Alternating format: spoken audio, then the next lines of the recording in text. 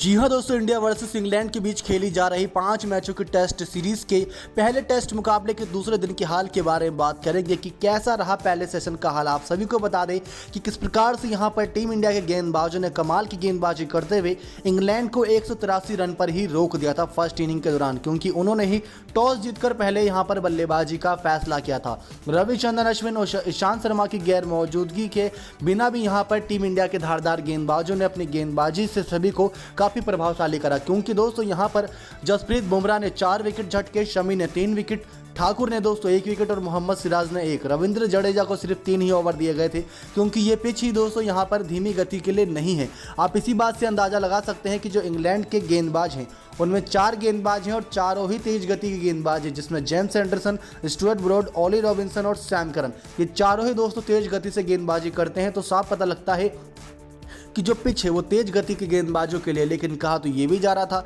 कि बल्लेबाजी के लिए पिच ज़्यादा इतनी खास नहीं है, अनप्रेडिक्टेबल पिच थी। इसके बारे में पहले ही कह दिया था कि ये गेंदबाजी के पक्ष में भी कभी हो सकती है, कभी बल्लेबाजों के पक्ष में भी हो सकती है। तो कह सकते हैं दोस्तों कि अभी तक ये पिच पूरी तरीके से टीम इंडिया के पक्ष में रही, क्योंकि जब भारतीय टीम ने गेंदबाजी करी तो बहुत जल्दी विकेट गिराई। यहाँ तक कि 4 ऐसे बल्लेबाज रहे जो बिना खाता खोले आउट होकर चले गए। एक तो ओपनर ही था दोस्तों, आप इसी बात से अंदाज़ा लगा सकते हैं कि 4 विकेट बिना खाता खोले यहाँ पर टीम इंडिया ने चटका दिए थे। लेकिन जो रूट जो कह सकते हैं कि अपनी टीम के सबसे खतरनाक खिलाड़ी बल्लेबाज है इंटरनेशनल लेवल के, उन्होंने दोस्तों 108 गेंदों में 64 रन की पारी खेली। लेकिन शार्दुल ठाकुर को लेकर जिन लोगों ने आलोचना की थी कि रविचंद्रन अश्विन को बाहर बिठाकर शार्दुल ठाकुर को खिलाना बहुत बड़ी गलती हो सकती है, तो यहीं पर दोस्तों यहाँ पर आलोचनाओं का जवाब यहाँ पर ठाकुर ने अपनी गेंदबाजी से दिया।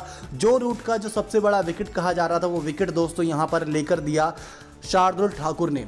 इसके बाद दोस्तों जब 183 बन गए तो यहाँ पर टीम इंडिया पहले दिन ही खेल करने के लिए उतर गई थी बल्लेबाजी पर, जहां पर 40 गेंदों का सामना रोहित शर्मा ने किया था, 39 कुछ गेंदों का सामना केएल राहुल ने किया था और दोनों ही 9 रन पर खेल रहे थे पहले दिन के खत्म होने तक। लेकिन जब दूसरे दिन की शुरुआत हुई तो जितनी भी प्रेडिक्टेबल सारी चीज़ें कही जा रही थी कि दूसरे दिन में इंग्लैंड के गेंदबाज वापसी करेंगे, धारदार गेंदबाजी होगी, वैसा कुछ भी नहीं रहा। टीम इंडिया के बल्लेबाजों ने एक सदी हुई बल्लेबाजी में भी शुरुआत करी। कह सकते हैं दोस्तों जो लोग यहाँ पर कह रहे हैं कि टीम इंडिया अपनी वर्ल्ड टेस्ट चैंपियनशिप के फाइनल मुकाबले की हार का बदला ले रही है, तो हाँ बदला ले रही है, क्योंकि वो हार चुभी थी। आईसीसी का फाइनल इवेंट दोस्तों, विराट कोहली जब हारते हैं तो पूरे देशवासियों को दुख होता है कि आईसीसी की इतनी ट्रॉफी करीब आने के बावजूद हार गए, बहुत निराशा हाथ लगती है। तो यहाँ पर दोस्तों ये टेस्ट सीरीज़ अपने नाम करना चाहेंगे, क्योंकि साल 2007 के बाद से टीम इंडिया ने अभी तक इंग्लैंड के मैदान पर मैच नहीं जीता है। साल 2007 राहुल द्रविड़ की कप्तानी में आखिरी बार ये कमाल करा था। यहाँ तक कि 2011 में भी जब गई थी तब भी ये कमाल नहीं हुआ। 2011 की तो वर्ल्ड कप टीम कितनी मजबूत थी वो आपको याद ही होगी, सारे खतरनाक खिलाड़ी थे, लेकिन उसके बावजूद वहाँ पर एक ही मुकाबला जीत पाई, सीरीज़ हार कर आ गई थी। 2014 में दोस्तों जब महेंद्र सिंह धोनी की कप्तानी में गई तो फिर से दोस्तों सीरीज़ में हार का सामना करना पड़ा था, एक ही मैच जीत पाई, बाकी हार का सामना करना पड़ा।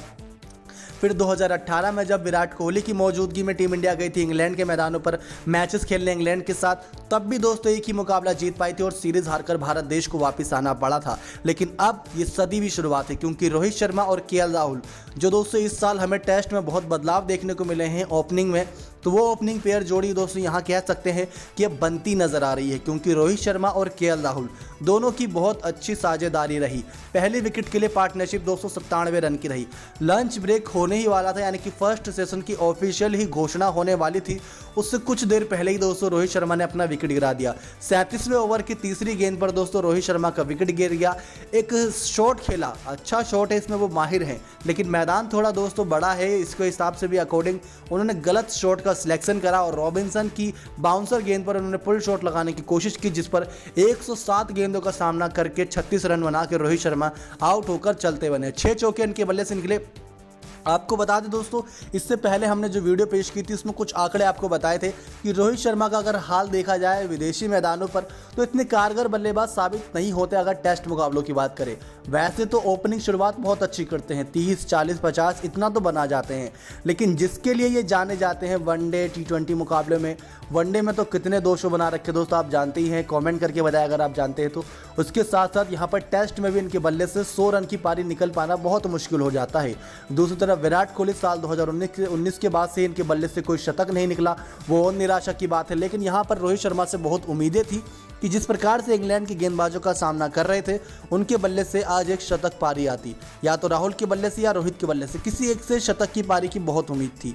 कुछ नहीं तो अर्धशतक तो आराम से जाता, लेकिन एक गलत शॉट सिलेक्शन की वजह से रॉबिन्सन ने उनको चलता करा।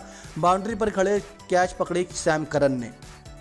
तो ऐसे करते हुए दोस्तों टीम इंग्लैंड को पहली सफलता हाथ लगी। लेकिन टीम इंडिया को यह भी नहीं बोलना चाहिए कि पहली विकेट गिरने के बाद ही मुसीबत शुरू होती है टीम इंडिया के लिए, क्योंकि चेतेश्वर पुजारा का बल्ला इस समय बहुत शांत है, अच्छी रोक कर खेलते हैं गेंद, लेकिन यहाँ पर उनके बल्ले से रन नहीं निकल रहे, जिसकी वजह से आने वाले नेक्स्ट बल्लेबाजों पर, जिसमें विराट कोहली, ऋषभ पंत, अजिंक्य रहाणे, उन पर दबाव बढ़ जाता है। तो यहाँ पर दोस्तों भले ही इंग्लैंड ने 183 रन बनाए हो और अभी भी टीम इंडिया 86 रनों से पीछे चल रही है। 100 रन की पार्टनरशिप नहीं हो पाई राहुल और रोहित के बीच 97 रन, यानी कि 97 रन पर ही पहला विकेट गिर गया। निराशा की बात है वैसे तो, लेकिन यहाँ पर अच्छी कह सकते हैं सदी हुई शुरुआत दिला दी है पहले फर्स्ट सेशन तक। इसके बाद अब यहाँ से टीम इंडिया एक अच्छी लीड की तरफ देख रही होगी कि यहाँ से एक बड़ी बढ़त बना ले, जिससे कि इंग्लैंड के बल्लेबाजों को दांतों चने चबाने पड़ जाए इस लीड को कंपेयर करने के लिए, उसको बराबर पहुँचने के लिए। विराट कोहली के शतक का सूखा कब खत्म होगा इसका इंतजार है। लेकिन आपको बताएं इंग्लैंड के गेंदबाजों के बारे में, तो ओली रॉबिन्सन दोस्तों शुरुआत से ही राहुल के साथ सुबह से ही कुछ न कुछ बातें करते नजर आए थे। आप जानते ही हैं कि जब कोई बल्लेबाज पूरी एकाग्रता के साथ बल्लेबाजी करता है तो उसकी एकाग्रता यानी कि उसकी जो मेंटलिटी होती है उसमें थोड़ा बहुत छेड़छाड़ करने के लिए कि किस प्रकार से बल्लेबाजी कर रहा है उसको छेड़ा जाता है मैदान पर ही, उससे कुछ बातें की जाती हैं जिसमें कुछ अपशब्दों का भी इस्तेमाल होता है, कुछ नॉर्मल फनी बातें होती हैं, कुछ तो ज़्यादा ही हाई लेवल की बातें हो जाती है। लेकिन यहाँ पर सुबह से ही केएल राहुल के साथ कोशिश कर रहे थे ओली रॉबिन्सन की इनको आउट करें, किसी भी तरीके से उनको चलता करें। रोहित शर्मा के साथ पंगा लेना जानते हैं कि कितना महंगा पड़ सकता है, तो यहाँ पर राहुल को शिकार बनाने की कोशिश की, लेकिन केएल राहुल जो बहुत अच्छी सदी शुरुआत कर रहे हैं, 124 गेंदों में 48 रन की पारी खेल के अभी भी खड़े हैं क्रीज पर, 8 चौके मार चुके हैं। आपको बता दें इससे पहले इंटर स्क्वाड प्रैक्टिस मैचेस हुआ था जहाँ काउंटी सिलेक्ट 11 वर्सेस इंडियाज 11 के बीच मुकाबला हुआ था, उसमें केएल राहुल ने 100 रन की पारी खेली थी। एकमात्र उस टूर्नामेंट में केएल राहुल थे जिसने टेस्ट की इस प्रैक्टिस मुकाबले में शतकीय पारी खेली थी। दूसरी तरफ रविंद्र जडेजा ने पहले मैच की इनिंग में 75 रन बनाए थे और सेकंड इनिंग में भी 50 रन से ज़्यादा की पारी खेली थी। तो ये एक दोस्तों कामयाब बात है कि केएल राहुल अपनी जगह बनाते नजर आ रहे हैं। अगर पृथ्वी शॉ दोस्तों यहाँ पर अब मौजूद भी हो जाएंगे अगले टेस्ट मुकाबले में, लेकिन टीम इंडिया शायद अब केएल राहुल के साथ ही जाना पसंद करे, क्योंकि ऐसी शुरुआत तो कोई भी बल्लेबाज देना बहुत मुश्किल हो पाता है। पृथ्वी शॉ दोस्तों वैसा अच्छा कर रहे हैं, उनके बल्ले से रन निकल रहा है, उनको बुलाया भी गया है, देखते हैं उनको किस प्रकार से इस्तेमाल किया जाता है। सूर्य कुमार यादव भी इंग्लैंड पहुँच चुके हैं। अब दोस्तों यहाँ पर शुरुआत से ही जो सालों से पहले हमने मयंक अग्रवाल को देखा यहाँ पर ओपनिंग पेयर में रोहित शर्मा के साथ, फिर पृथ्वी शॉ को देखा, फिर हमने शुभमन गिल को भी देखा, लेकिन इस समय देखा जाए तो पृथ्वी शॉ अभी मौजूद है, आइसोलेट है। मयंक अग्रवाल और शुभमन गिल इंजर्ड हो चुके हैं, जिसकी वजह से केएल राहुल को मौका मिला 2 साल के बाद। इन्होंने इस मौके का पूरा फायदा उठाया। हमेशा से यही दिक्कत थी कि रोहित शर्मा अच्छी बल्लेबाजी करते थे, लेकिन उनका साथ सामने से कोई नहीं देता था। आज तो दोस्तों रोहित शर्मा का साथ केएल राहुल ने पूरा दिया, यहाँ तक कि रोहित शर्मा दूसरे छोर से खड़े होकर एक तरीके से अपनी पारी को संभाल रहे थे सिंगल डबल से, दूसरे छोर से केएल राहुल अपने बल्लेबाजी में एक धार लगा रहे थे। तो बहुत अच्छा रहा दोस्तों फर्स्ट सेशन तक का हाल। लंच ब्रेक अब हो चुका है। 86 रन की दोस्तों पिछड़ रही है टीम इंडिया, 97 रन बना दिए हैं 1 विकेट के नुकसान पर। क्या लगता है दोस्तों, क्या यहाँ से टीम इंडिया एक अच्छी बढ़त ले पाएगी या फिर लगातार विकेट गिरने का सिलसिला जारी रहेगा? क्योंकि ऐसा ही दोस्तों इंग्लैंड के साथ हुआ था। पहले विकेट उनकी 5वीं गेंद पर आ गई थी, लेकिन उसके बाद थोड़ी पार्टनरशिप पनपी, फिर उसके बाद लगातार विकेट गिरना शुरू हो गया और वो सिलसिला थमा ही नहीं और लगातार बल्लेबाज 5, 4, 20, 25 रन ऐसे ही बनाकर आउट होते हुए चलते बने। लेकिन टीम इंडिया के पास अगर देखा जाए तो बैटिंग लाइनअप बहुत लंबी है। शार्दुल ठाकुर तक दोस्तों अच्छी बल्लेबाजी है। ठाकुर भी दोस्तों अच्छी बल्लेबाजी करते हैं। शमी भी अच्छी बल्लेबाजी हमने देखा है कई मौके पर करी है। सिराज और जसप्रीत बुमराह से इतनी उम्मीदें नहीं रखते क्योंकि वो बहुत कम मौके पर बल्ला चलाना जानते हैं, लेकिन हाँ बाकी सभी अच्छी देर तक बल्लेबाजी कर सकते हैं। तो अश्विन नहीं खेल रहे इस मुकाबले में, तो जडेजा के कंधों पर बहुत बड़ा दारोमदार है। ईशांत शर्मा इंजर्ड है, तो यहाँ पर कह सकते हैं कि मोहम्मद सिराज को जगह मिली हुई है। उनकी जगह अगर ईशांत शर्मा अगले मुकाबले में उपलब्ध रहते हैं तो स्कोर कहां तक जाता है इंग्लैंड का, ये भी देखना दिलचस्प रहेगा।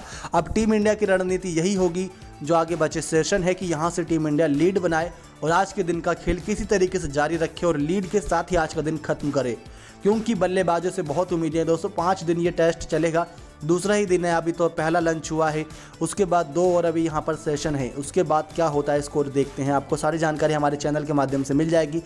97 एक विकेट के नुकसान पर 86 रन से पिछड़ रही टीम इंडिया। केएल राहुल बल्लेबाजी कर रहे हैं। अगले बल्लेबाज चेतेश्वर पुजारा, अजिंक्य रहाणे, विराट कोहली, ऋषभ पंत, रविंद्र जडेजा, शार्दुल ठाकुर होने वाले हैं।